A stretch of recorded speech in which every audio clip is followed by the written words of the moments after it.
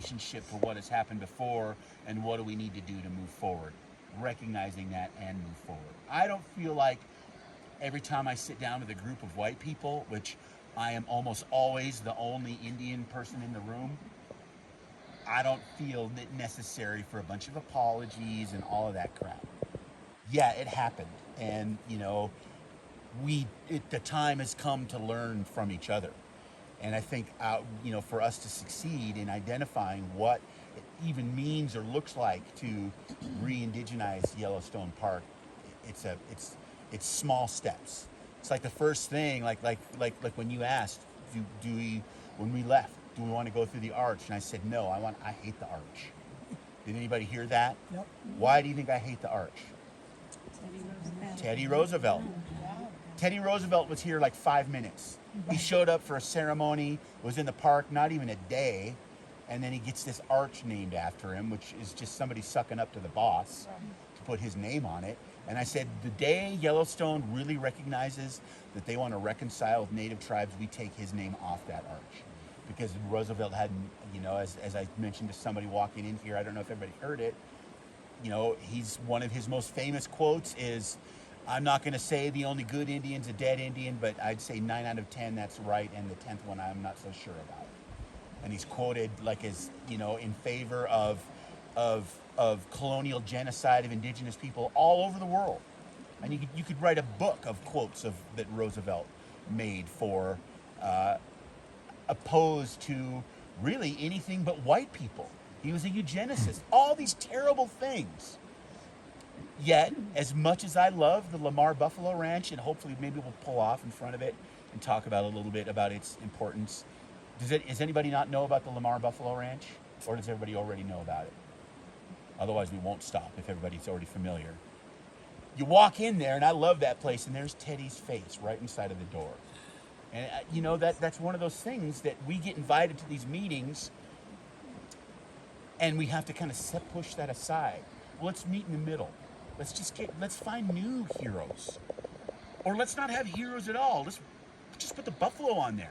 We can take his face off.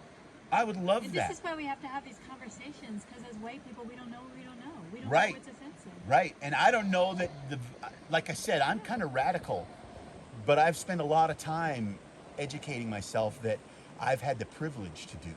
And many of my native colleagues may not even recognize that themselves. The stuff I hear come out of people's mouths sometimes troubles me. But we are all at where we are in education, and that's what I said. We all have something to learn from each other. But there are some imagery, some things that we just can't allow anymore. And when it comes to conservation, I feel like some of those people that we revere so much, it's time to find some new perspectives. And the same can be said about indigenous people. Just the fact that we're out here talking about re-indigenizing Yellowstone National Park isn't something that anyone would have considered 10 years ago. And that is an example to me of the rising of the two of us together again. Because of our relationship, tribes are rebuilding their own herds, getting buffalo from places like Yellowstone and American Prairie and places like that. Even my tribe, who is beginning to consider that, well, maybe instead of raising cattle as part of our food sovereignty, we should engage in building our own buffalo herd, things like that. And that stuff is all important.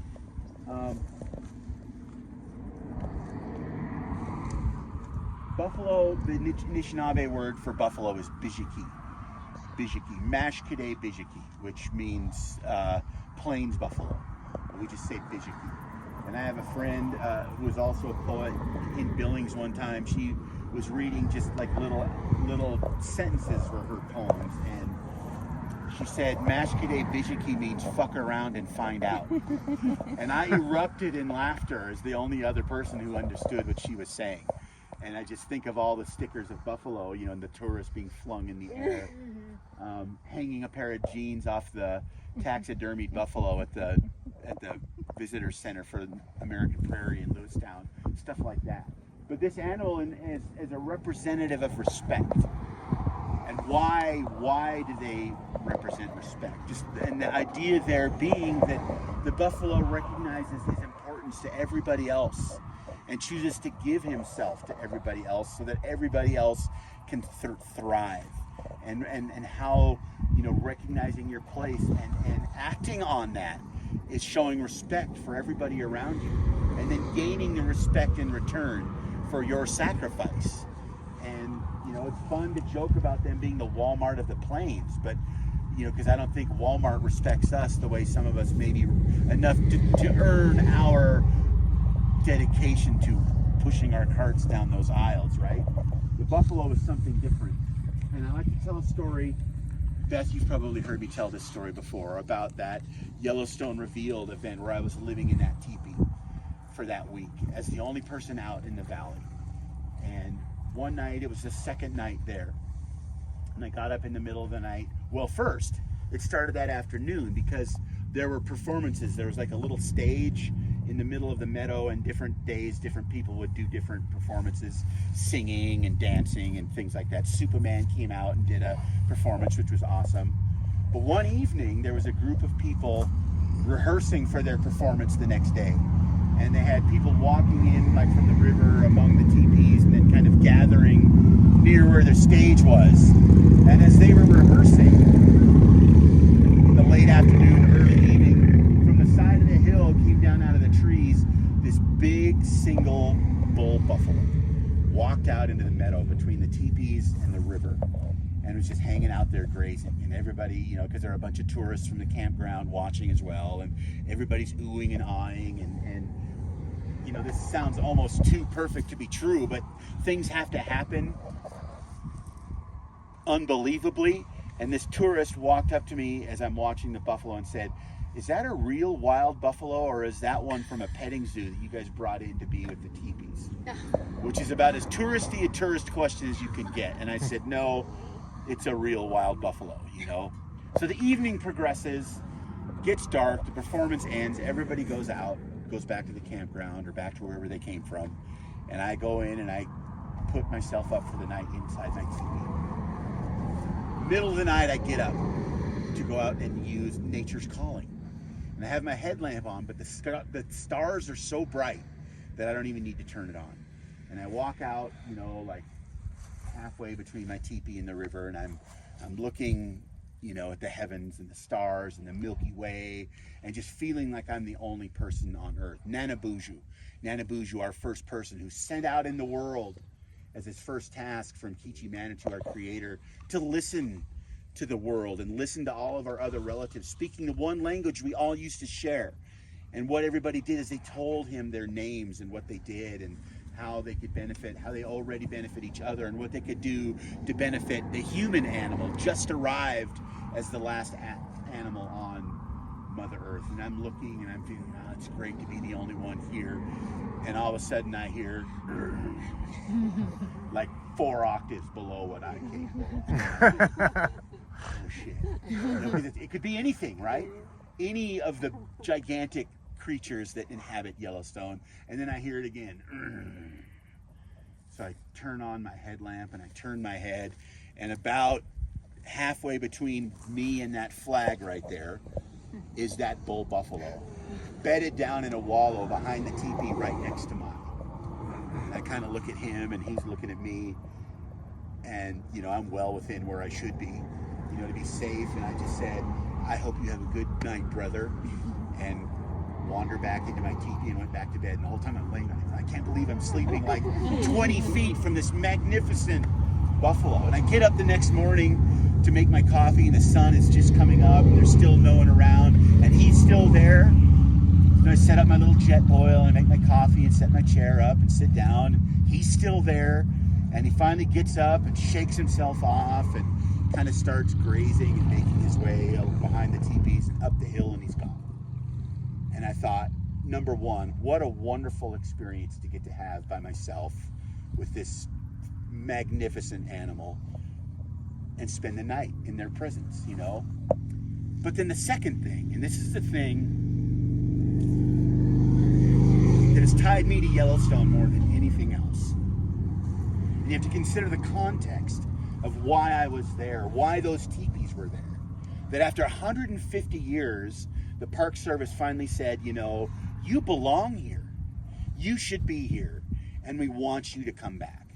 And that was the context for why those teepees were there, was that first step in what is going to be a long game to try and make this place any semblance of what it used to be, and make people understand that Native people have always been here.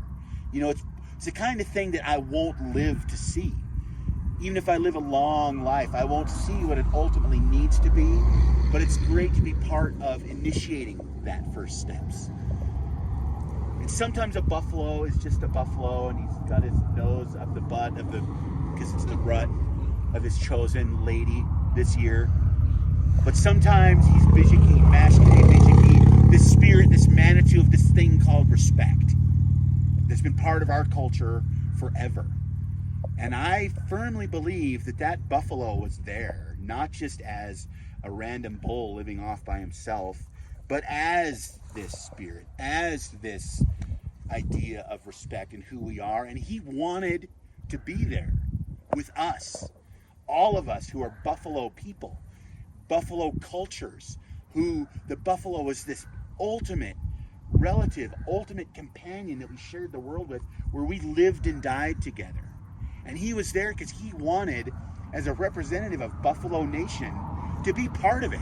Because they have to be. They have to be. In the same way that we have to be part of this. And I was just very fortunate to have been granted the opportunity to be out there in ways that used to be just part of how we lived our lives and don't anymore. You apparently are Big Bug Nation. I am You Big have Bug a Nation. spider right here. Do I? Yeah, it just was hanging out. It was very sweet while you were talking about the story. It was just like crawling up your beard. There we go. Bugs crawl up out of all this all the Yeah, it's time. like you're living in communion Uh-huh. with what you're talking about. Yeah. So the 7 other Uh-huh. grandfathers, what are they and what do they represent? So this is Migizi, the bald eagle, who represents love. Migizi flies the highest and carries our prayers to the Creator. This is Magwa, that's the bear. He represents strength and courage. This is Amik, the beaver, who represents wisdom. This is Gagagi, the raven, who represents honesty. This is Misquadisi, the turtle, who represents truth. So truth and honesty being philosophically different. Maingan, the wolf, who represents humility, and then Bijiki, the buffalo, who represents respect. And what I love about Yellowstone is that I've had encounters with all of these here in a meaningful way in some kind, except for the turtle. So I need to seek turtle out at some point. Maybe it's the fact that we believe that we're hurtling through the universe on the back of a turtle in the first place. That's why we call this Turtle Island. North America's Turtle Island in a lot of cultures, but in Anishinaabe culture as well. Why do you think some tourists are, especially, you see in the news, like tourists gored by a buffalo or so, I don't know, just go up to these wild animals with no real, respect or just, I don't know, concept that they are wild animals, treat them just like a pet or like, I don't know, why it's such a common occurrence here. I think because sadly so many people live disconnected from the wild. We're all part of nature all the time, no matter how urban we are. But that relationship, when you live in a place where you're constantly, bustling around and bumping into strangers, to them this is no different. There's no such thing as wildlife. There's no such thing as Indians. That's all stuff that happened in the past. I think they're just massively ignorant that these animals have personalities and they have agency in their lives, and people. So like the wolf is part of our of Nanabuji's journey to learn everything, and in our belief, after a time, Nanabuji goes back to Kichi Manitou, the creator, and says, "Look, everybody else has a companion, but I don't, and I'm lonely. Who can be my companion?" So Kichi Manitou asks Maingan, the wolf, out of humility and recognizing that, he's not the most important one, that will you be Nanabuju's companion to complete his journey? And Maingan says, yes, I will do that. So we create this, we learn, we grow this very close relationship with the wolf. And when we come back, Teaching Manitou says, you know, there will be a point in the future when both of you are reviled by the rest of the community, and they will seek to harm you. And that has happened. Look at the eradication of wolves, and you look at the genocide of native people, and people love wolves. Even people have no reason to. There's something about them tied to who we are as people, because we are so similar socially, and the way that we raise our young and all of these things. So, you know, you get disconnected from that.